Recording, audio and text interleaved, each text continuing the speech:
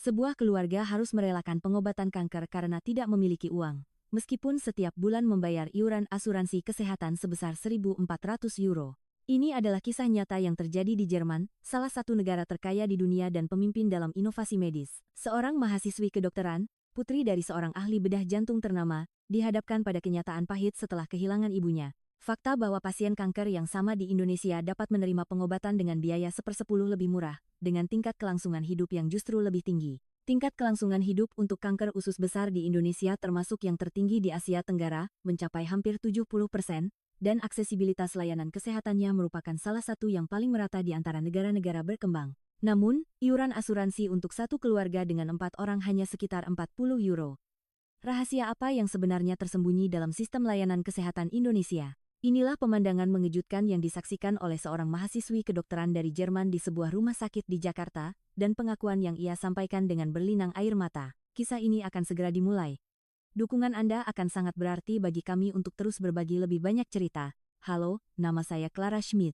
Saya mahasiswi tahun ke-6 di Fakultas Kedokteran Universitas Heidelberg, Jerman, dan ayah saya adalah seorang spesialis bedah jantung di Rumah Sakit Universitas Heidelberg.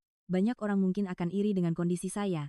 Jerman adalah negara yang menempati peringkat atas dalam indeks inovasi medis dunia, dan keluarga saya secara turun-temurun adalah dokter. Namun, peristiwa yang menimpa keluarga kami pada musim gugur tahun 2023 meruntuhkan semua kebanggaan itu. Pada bulan September tahun itu, ibu saya didiagnosis menderita kanker payudara stadium 2 saat pemeriksaan kesehatan rutin. Karena berasal dari keluarga dokter, deteksi dini dapat dilakukan, dan dokter yang menanganinya segera merekomendasikan operasi. Namun, masalahnya adalah uang. Keluarga kami setiap bulan membayar iuran asuransi kesehatan sekitar 1.400 euro, itu untuk satu keluarga dengan 4 orang. Ayah saya membayar sekitar 600 euro, ibu saya sekitar 500 euro, dan saya serta adik laki-laki saya masing-masing membayar 150 euro. Anda yang di Indonesia mungkin akan terkejut, saya dengar rata-rata iuran asuransi kesehatan untuk satu keluarga di Indonesia hanya sekitar 40 euro per bulan. Namun, di Jerman, membayar iuran saja tidak cukup. Batas deduktibel asuransi ibu saya adalah 5.000 euro. Hingga jumlah tersebut, semua biaya medis harus ditanggung sendiri. Bahkan setelah itu, kami masih harus membayar 10% dari biaya medis. Setelah dihitung, biaya operasi, kemoterapi, dan rawat inap, total biaya medis mencapai 80.000 euro. Bahkan setelah pertanggungan asuransi, jumlah yang harus ditanggung keluarga kami adalah 25.000 euro. Ayah saya, meskipun seorang dokter, tidak bisa langsung menyediakan uang sebanyak itu. Biaya hidup di Jerman adalah salah satu yang tertinggi di dunia, dan membayar iuran asuransi bulanan sebesar 1.400 euro saja sudah menjadi beban. Ibu saya berkata, mari kita tunggu 3 bulan saja, kita kumpulkan uang dulu, lalu operasi di musim semi berikutnya. Saat itu saya tidak tahu betapa lamanya waktu 3 bulan bagi sel kanker. Pada bulan Desember 2023, hasil pemeriksaan ulang menunjukkan bahwa kanker telah berkembang ke stadium 3. Kanker itu sudah menyebar ke kelenjar getah bening. Akhirnya, pada bulan Januari 2024, ibu saya menjalani operasi. Namun, semuanya sudah terlambat. Beliau menjalani 6 sesi kemoterapi, tetapi hasilnya minimal, dan pada bulan April, ibu saya mengembuskan napas terakhirnya di pelukan saya. Beliau berusia 56 tahun. Saya memegang tangan ibu saya di kamar rumah sakit. Kata-kata terakhir yang beliau ucapkan masih terngiang di telinga saya. Maafkan aku. Keluarga kita hancur karena ibu. Hari itu saya sadar, di Jerman, yang katanya memiliki sistem medis terbaik di dunia, ibu saya harus menunda pengobatan karena uang, dan akibatnya, beliau kehilangan nyawanya. Setelah pemakaman ibu, saya tidak bisa kembali ke kampus. Saya mengambil cuti semester pertama di tahun ke-6 dan hanya mengurung diri di kamar. Semua yang telah saya pelajari selama 5 tahun sebagai mahasiswi kedokteran terasa sia-sia. Buku teks mengajarkan cara mengobati penyakit, tetapi tidak mengajarkan apa yang harus dilakukan ketika pasien tidak punya uang. Teman-teman saya mencoba menghibur. Mereka bilang itu bukan salah siapa-siapa, memang begitulah sistem medis di Jerman. Namun, saya tidak bisa menerimanya. Saya mencari data dari OECD. Jerman menghabiskan 12% dari PDB-nya untuk layanan kesehatan. Ini adalah salah satu rasio tertinggi di antara negara-negara OECD. Pengeluaran medis per kapita adalah sekitar 8.000 dolar Amerika Serikat per tahun. Dengan menghabiskan begitu banyak uang, mengapa ibu saya tidak bisa mendapatkan pengobatan? Saya mulai merangkum masalah-masalah dalam sistem medis Jerman satu persatu. Pertama, sistem yang berpusat pada asuransi swasta. Meskipun ada puluhan perusahaan asuransi yang bersaing, manfaat asuransi dasar hampir semuanya sama. Perbedaannya hanya pada premi. Berlawanan dengan harapan bahwa persaingan akan menurunkan harga, premi justru naik setiap tahun. Pada tahun 2024, premi rata-rata naik 8,7% dibandingkan tahun 2023. Kedua, deduktibel yang tinggi. Pasien dapat memilih deduktibel dari minimal €500 hingga maksimal €5.000, dan semakin tinggi deduktibel, semakin rendah premi bulanannya. Orang sehat cenderung memilih deduktibel tinggi, tetapi ketika mereka sakit, mereka harus membayar ribuan euro terlebih dahulu. Seperti ibu saya. Ketiga, waktu tunggu. Jerman mungkin memiliki jumlah dokter yang cukup per kapita, tetapi untuk membuat janji dengan dokter spesialis rata-rata memakan waktu 3 bulan. Kecuali dalam keadaan darurat, tidak ada cara untuk mendapatkan perawatan lebih cepat. Untuk pemindaian MRI, harus menunggu 6 minggu, dan untuk CT scan, 4 minggu. Bagi pasien kanker, 3 bulan adalah waktu yang menentukan antara hidup dan mati. Semakin saya melihat data, semakin saya marah. Menurut data dari Kantor Statistik Federal Jerman tahun 2020, lebih dari 15% populasi mengatakan mereka tidak mendapatkan perawatan medis yang diperlukan karena alasan ekonomi. Ini berarti 1 dari 7 orang di negara maju seperti Jerman menyerah pada pengobatan karena uang. Saya ingin menjadi dokter. Saya ingin menyelamatkan orang. Tetapi apa artinya menjadi dokter dalam sistem seperti ini? Saya tidak ingin menjadi dokter yang hanya menyelamatkan orang kaya. Suatu hari di bulan Mei, ayah mengetuk pintu kamar saya. Beliau menyuruh saya kembali kuliah, mengatakan bahwa ibu pasti menginginkan hal itu. Saya menjawab, aku akan kembali, tetapi aku tidak yakin apakah aku akan menjadi dokter. Ayah menghela napas dan pergi, dan saya kembali sendirian. Saat itulah saya membuat keputusan. Saya akan kembali kuliah, tetapi saya akan mencari cara untuk mengubah sistem medis Jerman secara fundamental. Pada bulan Juni 2024, saya kembali ke kampus. Salah satu mata kuliah wajib di semester kedua tahun ke-6 adalah Seminar Kesehatan Global. Setiap minggu, kami membandingkan sistem medis dari negara yang berbeda. Minggu pertama adalah Prancis, minggu kedua adalah Inggris, dan minggu ketiga adalah Kanada. Semuanya adalah sistem yang sudah saya kenal. Tema minggu keempat adalah sistem medis di Asia. Jepang, Singapura, dan Indonesia dibahas. Saya duduk di ruang kuliah tanpa banyak harapan. Saya pikir layanan kesehatan di negara-negara Asia akan tertinggal dari Eropa. Namun, slide pertama yang ditunjukkan oleh profesor menghancurkan prasangka saya. Tingkat kelangsungan hidup 5 tahun untuk kanker usus besar di Indonesia adalah 72,8%, salah satu yang tertinggi di antara negara-negara berkembang. Jerman berada di angka 64,8% dan Inggris 60,0%. Saya tidak percaya dengan apa yang saya lihat. Tingkat kematian di rumah sakit akibat stroke adalah 13,7 per 100.000 penduduk, salah satu yang terendah di kawasan itu. Tingkat kematian akibat stroke hemoragik juga sangat rendah. Yang lebih mengejutkan adalah aksesibilitas medis. 64% masyarakat Indonesia mengatakan mereka dapat dengan mudah membuat janji temu di rumah sakit daerah. Ini adalah salah satu yang terbaik di antara negara-negara berkembang. Di Jerman, angkanya 52%. Proporsi orang yang merasa waktu tunggu terlalu lama di Indonesia juga hanya 43%, jauh lebih rendah dari rata-rata negara berkembang yang mencapai 67%. Saya mengangkat tangan, Profesor, apakah data ini akurat? Bukankah ini mungkin dimanipulasi oleh pemerintah Indonesia? Profesor tersenyum dan menjawab, ini adalah statistik resmi dari WHO, dan laporan Bank Dunia juga menunjukkan hasil yang sama. Indonesia telah membuat kemajuan luar biasa dalam aksesibilitas medis sejak meluncurkan program jaminan kesehatan nasionalnya dan dinilai sebagai salah satu sistem kesehatan paling efisien di dunia oleh berbagai lembaga. Slide berikutnya bahkan lebih mengejutkan. Rata-rata iuran asuransi kesehatan bulanan untuk keluarga dengan 4 orang di Indonesia adalah sekitar Rp100.000. Dalam mata uang Jerman, itu sekitar €6, kurang dari 1% dari €1.400 yang dibayar keluarga saya. Saya bertanya lagi kepada profesor, lalu, berapa biaya yang harus ditanggung sendiri oleh pasien? Profesor mencari data dan menjawab, untuk penyakit serius, tingkat partisipasi biaya pasien sekitar 5%, dan untuk penyakit umum sekitar 30%. Ini bukan sistem di mana Anda harus membayar ribuan euro di muka seperti di Jerman. Malam itu saya tidak bisa tidur. Bagaimana jika ibu saya tinggal di Indonesia? Iuran bulanan €6. Biaya partisipasi untuk operasi kanker payudara diperkirakan sekitar Rp5 juta. Itu hanya sebagian kecil dari €25.000 yang kami bayarkan di Jerman. Dan waktu tunggunya pasti akan lebih singkat. Jumlah tempat tidur rumah sakit per 1.000 penduduk di Indonesia adalah 1,4, memang di bawah rata-rata OECD, tetapi konsentrasi fasilitas modern di kota-kota besar sangat tinggi. Keesokan harinya, saya mengunjungi ruang kerja profesor. Saya mengatakan ingin tahu lebih banyak tentang sistem medis Indonesia dan bertanya apakah ada program pertukaran pelajar. Profesor mengangguk dan mengatakan ada program pertukaran dengan Fakultas Kedokteran Universitas Indonesia di Jakarta. Saya bisa magang di sebuah rumah sakit di Jakarta selama sebulan selama liburan musim panas. Saya langsung mendaftar. Saya ingin melihat dengan mata kepala sendiri. Apakah sistem medis Indonesia benar-benar sebagus itu, atau hanya ilusi statistik?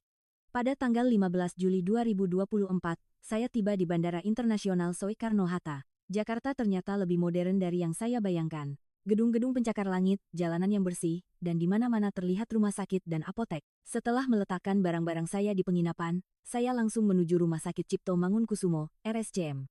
Pada orientasi pertama, Profesor penanggung jawab mengatakan, ciri khas layanan kesehatan di Indonesia adalah kecepatan dan aksesibilitas. Beliau menjelaskan bahwa jika pasien mau, mereka bisa mendapatkan konsultasi spesialis pada hari yang sama, dan pemindaian MRI atau CT scan sebagian besar dapat dilakukan dalam waktu seminggu. Saya setengah percaya setengah tidak. Di Jerman, hal itu tidak terbayangkan. Tempat magang pertama saya adalah unit gawat darurat. Saya pernah magang di UGD Rumah Sakit Universitas Heidelberg. Ingatan saya saat itu adalah antrean panjang dan prosedur administrasi yang rumit. Bahkan setelah pasien tiba, rata-rata harus menunggu 2 jam setelah triase untuk bertemu dokter. Namun, UGD RSCM berbeda. Sekitar pukul 3 sore, seorang pria berusia 60-an dibawa dengan ambulans. Beliau dicurigai menderita infark miokard akut. Seorang dokter spesialis kegawat daruratan langsung memulai pemeriksaan begitu pasien tiba, dan dalam 5 menit, pemeriksaan EKG dan tes darah selesai. 10 menit kemudian, hasil CT scan keluar, dan dalam 15 menit, pasien dipindahkan ke unit perawatan intensif jantung. Saya melihat jam dengan takjub, hanya butuh 15 menit dari kedatangan hingga pemindahan ke ruang operasi. Di Jerman, itu akan memakan waktu setidaknya 1 jam. Yang lebih mengejutkan adalah reaksi wali pasien. Wali tidak khawatir tentang biaya medis. Dia hanya menanyakan kondisi pasien. Dokter yang bertugas mengatakan, semua ditanggung oleh BPJS Kesehatan, jadi jangan terlalu khawatir. Biaya partisipasi bisa dihitung nanti. Malam itu, saya kembali ke penginapan dan mencoba menghitung. Di Jerman, operasi darurat untuk infark miokard akut akan menelan biaya sekitar 100.000 euro. Bahkan setelah asuransi, pasien masih harus menanggung sekitar 20.000 euro. Namun di Indonesia, total biayanya sekitar 150 juta rupiah, dan biaya partisipasinya hanya 5%, yaitu sekitar 7,5 juta rupiah. Jauh lebih rendah dibandingkan di Jerman. Keesokan harinya, saya mengamati praktik di poliklinik. Seorang wanita berusia 50-an datang untuk mendengar hasil pemeriksaan kanker payudara. Saya tegang. Saya teringat ibu saya. Dokter mengatakan bahwa hasil biopsi menunjukkan adanya tumor ganas, tetapi karena masih stadium awal, kemungkinan sembuh total dengan operasi sangat tinggi. Pasien menangis dan bertanya, kapan saya bisa dioperasi? Dokter memeriksa komputer dan menjawab, saya akan jadwalkan operasi Anda hari Selasa depan, 1 minggu kemudian. Saya tidak bisa berkata-kata. Ibu saya menunggu 3 bulan, tetapi di sini, operasi bisa dilakukan dalam seminggu. Pasien bertanya tentang biaya, dan dokter menjawab bahwa dengan BPJS Kesehatan, biaya partisipasinya sekitar 5 juta rupiah. Pasien menghela napas lega. Malam itu saya menulis di buku harian saya. Hari ini saya melihat keajaiban di Indonesia. Pasien gawat darurat dibawa ke ruang operasi dalam 15 menit, dan pasien kanker mendapatkan jadwal operasi dalam seminggu. Biayanya hanya sebagian kecil dari biaya di Jerman. Saya bertanya-tanya apakah ini benar-benar mungkin? Atau apakah saya hanya melihat kasus-kasus yang sangat baik? Mulai keesokan harinya, saya memutuskan untuk mengunjungi lebih banyak rumah sakit. Selama seminggu, saya mengunjungi Rumah Sakit Medistra, Rumah Sakit Siloam, dan Rumah Sakit Pusat Pertamina. Setiap rumah sakit memiliki kekhasannya sendiri, tetapi ada kesamaan, pelayanan cepat, peralatan canggih, dan biaya yang wajar. Di pusat kanker salah satu rumah sakit swasta terkemuka, saya bertemu dengan seorang pasien kanker paru-paru. Seorang pria berusia 60-an yang didiagnosis menderita kanker paru-paru stadium 3. Beliau mengatakan telah berbisnis di Australia selama 30 tahun dan kembali ke Indonesia setelah pensiun. Beliau didiagnosis menderita kanker paru-paru di Australia, tetapi memutuskan untuk berobat di Indonesia. Ketika saya bertanya alasannya, beliau menjawab dengan sederhana. Di Australia, operasi kanker paru-paru dan kemoterapi akan menelan biaya sekitar 300.000 dolar Australia. Meskipun memiliki asuransi, biaya yang harus ditanggungnya sendiri adalah 50.000 dolar Australia. Namun di Indonesia, total biayanya 800 juta rupiah, dan setelah pertanggungan BPJS Kesehatan, biaya partisipasinya hanya sekitar 40 juta rupiah. 16 kali lebih murah dari di Australia. Yang lebih mengejutkan adalah jadwal pengobatannya. Di Australia, Katanya harus menunggu rata-rata 6 minggu untuk operasi. Tetapi di Indonesia, beliau dioperasi dalam 2 minggu. Dengan bedah robotik, pria itu berkata, layanan kesehatan Australia mungkin yang terbaik secara teknologi, tetapi jika Anda tidak punya uang, Anda tidak bisa mendapatkannya. Indonesia teknologinya juga bagus. Dan biayanya masuk akal. Saya penasaran, bagaimana ini mungkin? Apakah dokter-dokter di Indonesia dibayar rendah? Ketika saya bertanya kepada profesor penanggung jawab, beliau tersenyum dan menjawab, gaji dokter di Indonesia bervariasi tergantung pada spesialisasi, tetapi rata-rata antara 1 miliar hingga 3 miliar rupiah per tahun. Mengingat gaji rata-rata dokter di Jerman adalah sekitar 150 ribu euro, angkanya tidak jauh berbeda. Rahasianya ada pada sistem. Indonesia memperkenalkan Jaminan Kesehatan Nasional, JKN, pada tahun 2014 dan mencapai cakupan kesehatan universal dalam waktu singkat. Pada tahun 2024, tingkat partisipasi JKN adalah 97,2%. Ini berarti hampir seluruh penduduk terdaftar dalam asuransi kesehatan. Iuran dibayarkan secara proporsional dengan pendapatan, dan sebagian besar biaya pengobatan ditanggung oleh Badan Penyelenggara Jaminan Sosial, BPJS, Kesehatan. Rahasia lainnya adalah infrastruktur medis. Jumlah tempat tidur rumah sakit per 1.000 penduduk di Indonesia adalah 1,38. Memang lebih rendah dari Jerman yang memiliki 8, atau Swiss yang 4,5, tetapi jumlah dokter per 1.000 penduduknya, yaitu 0,4, terus meningkat, dan lembaga medis tersebar merata di seluruh negeri. Pada tahun 2024, jumlah fasilitas kesehatan melebihi 30.000. Di Rumah Sakit Siloam, saya melihat sistem penjadwalan MRI. Jika pasien menginginkannya, pemindaian MRI sebagian besar dapat dilakukan dalam 3 hari. Sesuatu yang memakan waktu 6 minggu di Jerman, bisa dilakukan dalam 3 hari di sini. Ketika saya bertanya rahasianya, jawabannya sederhana. Indonesia memiliki 38,3 mesin MRI per juta penduduk, salah satu yang tertinggi di kawasan ini. Di Jerman, angkanya 25,3. Di RSCM, saya melihat sistem rekam medis elektronik. Ketika dokter memberikan perawatan, semua informasi dicatat secara real-time, dan rumah sakit lain dapat mengakses rekam medis pasien. Resep obat juga dikirim secara otomatis melalui resep elektronik, sehingga pasien dapat mengambil obat di apotek manapun di dekat rumah sakit. Jerman juga memiliki sistem rekam medis elektronik, tetapi interoperabilitas antar rumah sakit masih terbatas. Selama sebulan di Jakarta, saya belajar lebih banyak daripada yang saya pelajari selama 5 tahun, bahwa kedokteran bukan hanya masalah teknologi, bahwa sistem dan aksesibilitas lebih penting, dan apa arti perawatan yang berpusat pada pasien. Pada minggu ketiga magang, saya mengunjungi Kementerian Kesehatan Republik Indonesia. Saya ingin melihat data resmi tentang sistem medis Indonesia. Seorang pejabat dengan ramah menunjukkan data kepada saya. Pada tahun 2024, jumlah pasien asing yang mengunjungi Indonesia adalah 117.000 orang. Jumlah ini hampir 2 kali lipat dari 61.000 pada tahun 2023. Jauh lebih banyak dari 49.000 pada tahun 2019, sebelum pandemi COVID-19. Saya bertanya, dari negara mana saja mereka berasal? Pejabat itu menunjukkan sebuah grafik. 44.000 dari Malaysia, 26.000 dari Tiongkok, 10.000 dari Australia, dan 8.000 dari Singapura. Ada juga 3.200 orang dari Eropa, termasuk pasien dari Jerman, Prancis, dan Belanda. Saya terkejut, mengapa orang-orang dari negara maju di Eropa datang ke Indonesia? Pejabat itu menjelaskan, sebagian besar datang untuk perawatan penyakit serius seperti kanker, penyakit jantung, dan bedah ortopedi. Oleh Senyageri-Kenyarima, pada tahun 2024 saja, ada 7.147 pasien kanker. Alasannya sederhana, hasil pengobatan lebih baik, biaya lebih murah, dan waktu tunggu lebih singkat. Saya meminta angka spesifik. Pejabat itu membuka dokumennya. Tingkat kelangsungan hidup 5 tahun untuk kanker usus besar sebesar 72,8% adalah salah satu yang terbaik di Asia Tenggara, dan tingkat kelangsungan hidup 5 tahun untuk kanker serviks juga termasuk yang tertinggi. Tingkat kelangsungan hidup 5 tahun untuk kanker lambung adalah 68,9%, juga di tingkat atas. Mengingat rata-rata di banyak negara berkembang berada di kisaran 30%, angka ini sangat mengesankan. Penyakit jantung juga sama.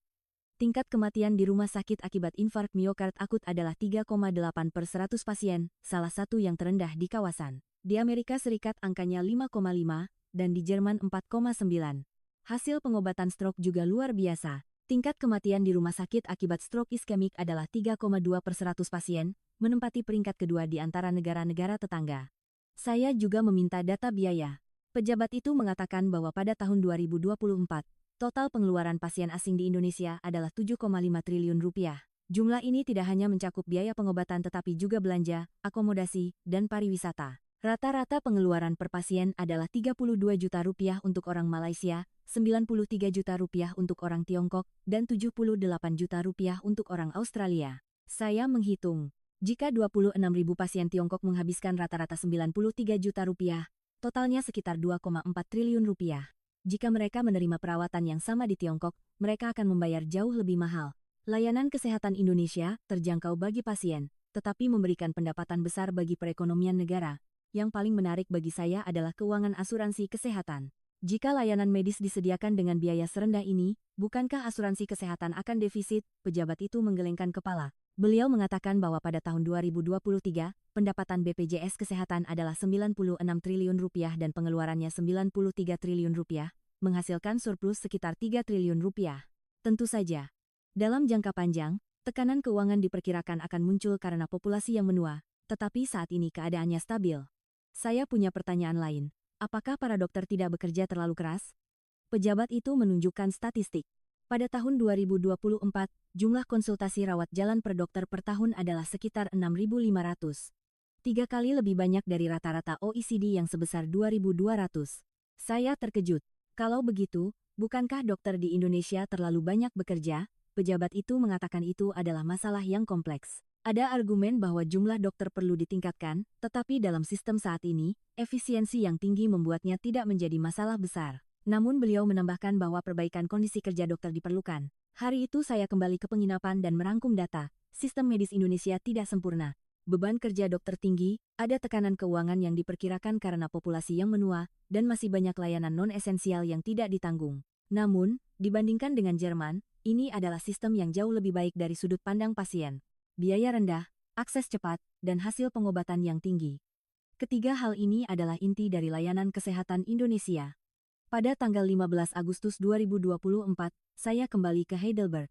Sebulan di Jakarta telah mengubah hidup saya. Ayah saya, yang menjemput saya di bandara, mengatakan saya telah berubah. Ekspresi wajah saya menjadi lebih cerah. Saya menjawab, sekarang aku ingin menjadi dokter. Tapi aku ingin mengubah sistem medis Jerman. September, semester baru dimulai. Saya mempersiapkan presentasi untuk seminar kesehatan global. Temannya adalah analisis sistem medis Indonesia. Malam sebelum presentasi, saya memeriksa kembali slide saya, penuh dengan statistik, studi kasus, dan foto. Tapi rasanya ada yang kurang. Saya mengeluarkan foto ibu saya. Itu adalah foto keluarga terakhir yang diambil pada musim gugur 2023, tepat sebelum beliau didiagnosis kanker. Ibu tersenyum, tetapi ada kekhawatiran di matanya. Saya memutuskan untuk meletakkan foto ini di slide pertama presentasi saya. Pada hari presentasi, ada 50 teman sekelas dan 5 profesor di ruang kuliah. Saya berdiri di podium. Saya menampilkan slide pertama, foto ibu saya. Ruang kuliah menjadi sunyi. Saya mulai berbicara. Ini adalah ibu saya. Beliau meninggal karena kanker payudara pada bulan April 2024. Beliau berusia 56 tahun. Keluarga kami membayar 1.400 euro setiap bulan untuk asuransi kesehatan. Namun, ibu saya tidak bisa langsung menyediakan 25.000 euro untuk biaya operasi, jadi beliau menunggu 3 bulan, dan selama waktu itu, kankernya berkembang menjadi stadium 3. Sistem medis Jerman telah membunuh ibu saya. Ruang kuliah diselimuti keheningan. Saya beralih ke slide berikutnya. Statistik medis Indonesia. Saya menjelaskan satu persatu. Iuran asuransi keluarga 4 orang 6 euro, biaya partisipasi operasi kanker 5 juta rupiah, waktu tunggu 1 minggu. Jika ibu saya tinggal di Indonesia, beliau mungkin masih hidup hari ini. Selama 30 menit berikutnya, saya menunjukkan semua yang saya lihat di Jakarta. Pasien infark miokard yang dibawa ke ruang operasi dalam 15 menit. Pasien kanker payudara yang mendapatkan jadwal operasi dalam seminggu. Pasien kanker paru-paru yang menjalani bedah robotik. Saya menunjukkan data. Tingkat kelangsungan hidup kanker usus besar 72,8%, aksesibilitas medis salah satu yang terbaik di antara negara berkembang. 117.000 pasien asing per tahun, saya menampilkan slide perbandingan. Jerman menghabiskan 12% dari PDB-nya untuk layanan kesehatan, tetapi pasien menyerah pada pengobatan karena alasan ekonomi. Indonesia hanya menghabiskan 4% dari PDB-nya, namun hampir semua warganya dapat menerima perawatan. Jerman menempati peringkat teratas dalam inovasi medis, tetapi kepuasan pasien berada di bawah rata-rata OECD. Inovasi medis Indonesia mungkin lebih rendah, tetapi kepuasan pasiennya termasuk yang tertinggi. Itu adalah slide terakhir. Foto ibu saya lagi. Saya berkata, Jika ibu saya berada di Indonesia, beliau mungkin masih hidup hari ini. Saya akan menjadi dokter. Tetapi menjadi dokter di Jerman saja tidak cukup. Saya ingin mengubah sistem medis Jerman. Bukan sistem di mana hanya orang kaya yang bisa bertahan hidup, tetapi sistem di mana semua orang bisa mendapatkan perawatan. Saya mengakhiri pidato saya dengan berlinang air mata. Saya tidak bisa menyelamatkan ibu saya, tetapi mungkin saya bisa menyelamatkan ibu orang lain. Ruang kuliah hening. 5 detik, 10 detik berlalu. Kemudian seorang mahasiswa mulai bertepuk tangan. Segera, seluruh ruangan memberikan tepuk tangan meriah. Saya turun dari podium dan duduk, tidak bisa menahan air mata. Banyak yang berubah setelah presentasi itu. Teman-teman sekelas mendatangi saya untuk menyatakan simpati, dan para profesor memberikan dorongan. Profesor yang bertanggung jawab atas kesehatan global memberikan sebuah usulan. Bagaimana kalau kamu meneliti sistem medis Indonesia untuk tesis kelulusanmu? Saya langsung setuju. Mulai Oktober 2024, saya memulai penelitian saya secara serius. Saya menetapkan judul tesis saya sebagai berikut: Studi Komparatif Akses Universal Terhadap Layanan Kesehatan, Studi Kasus Jerman dan Indonesia. Saya membandingkan sistem medis kedua negara secara sistematis. Struktur keuangan, sistem asuransi, infrastruktur medis, aksesibilitas, hasil pengobatan, kepuasan pasien, dan kondisi kerja staf medis. Saya menganalisis setiap aspek. Dalam proses pengumpulan dan analisis data, saya menemukan lebih banyak fakta. Masalah dalam sistem Jerman berasal dari struktur yang berpusat pada asuransi swasta. Meskipun ada puluhan perusahaan asuransi yang bersaing, secara praktis terjadi kolusi. Premi naik setiap tahun, beban pasien meningkat, tetapi keuntungan perusahaan asuransi terus bertambah. Indonesia meningkatkan efisiensi dengan sistem pembayar tunggal, yaitu BPJS Kesehatan. Perbedaan lainnya adalah peran pemerintah. Jerman menyerahkan layanan kesehatan kepada pasar, tetapi pemerintah Indonesia secara aktif campur tangan. Pemerintah mengendalikan tarif medis, memperluas infrastruktur medis yang esensial, dan mendirikan rumah sakit umum di daerah-daerah yang kurang terlayani. Akibatnya, Indonesia mencapai aksesibilitas tinggi dengan biaya rendah. Tentu saja, sistem Indonesia juga memiliki masalah. Beban kerja dokter tinggi, dan manajemen rumah sakit seringkali sulit karena tarif yang rendah. Ada juga tren peningkatan biaya partisipasi pasien karena meningkatnya layanan yang tidak ditanggung. Namun, masalah-masalah ini bisa diatasi. Di akhir tesis saya mengusulkan rencana reformasi medis untuk Jerman. Pertama, pengenalan sistem pembayar tunggal. Kedua, pengurangan deduktibel dan pengenalan batas atas biaya partisipasi. Ketiga, perluasan infrastruktur medis. Keempat, perbaikan sistem untuk mengurangi waktu tunggu. Saya yakin bahwa dengan menerapkan keempat langkah ini saja, layanan kesehatan di Jerman akan meningkat pesat. Pada bulan Desember 2024, saya menyelesaikan draft pertama tesis saya. Panjangnya lebih dari 200 halaman. Pembimbing saya mengatakan itu menarik dan menyarankan saya untuk mempresentasikannya di sebuah konferensi awal tahun depan. Saya setuju. Pada malam Natal, saya mengunjungi makam ibu saya. Itu adalah pemakaman yang sunyi dengan salju yang turun. Saya duduk di depan batu nisan dan berkata, "Bu, aku akan menjadi dokter sekarang. Dan aku akan mengubah sistem medis Jerman. Sehingga tidak ada orang seperti ibu yang tidak bisa mendapatkan perawatan karena uang. Aku akan menerapkan apa yang aku pelajari di Indonesia di sini." Air mata mengalir, tetapi kali ini bukan air mata kesedihan. Itu adalah air mata tekad. Saya berdiri, meletakkan bunga di makam, dan berbalik. Pada tahun 2025, saya akan melakukan lebih banyak hal. Saya akan menyelesaikan tesis saya, mempresentasikannya di konferensi, dan setelah lulus, saya akan memasuki bidang kesehatan masyarakat. Rasa sakit karena kehilangan ibu akan selamanya ada di hati saya. Tetapi saya akan memastikan rasa sakit itu tidak sia-sia, dengan mengubah hal-hal yang bisa saya ubah, satu persatu, di Jerman, di Eropa, dan dimanapun di dunia, sehingga tidak ada orang yang tidak bisa mendapatkan perawatan karena uang. Itulah alasan saya menjadi dokter. Clara, mahasiswi kedokteran dari Jerman, melalui tragedi kehilangan ibunya, memahami esensi dari sebuah sistem kesehatan. Sementara layanan kesehatan Jerman yang disebut-sebut terbaik di dunia justru membuat pasien bangkrut secara finansial, Indonesia berhasil menciptakan hasil pengobatan yang lebih baik dengan biaya 1/10 lebih murah. Tingkat kelangsungan hidup kanker usus besar hampir 70%, aksesibilitas medis yang merata, iuran asuransi keluarga, sekitar €40. Angka-angka ini bukan sekadar statistik. Ini adalah bukti dari sebuah sistem yang telah menyelamatkan ibu, ayah, dan anak seseorang. Kisah Clara akan terus berlanjut. Kita mendukung masa depan yang akan ia ubah. Terima kasih telah menonton.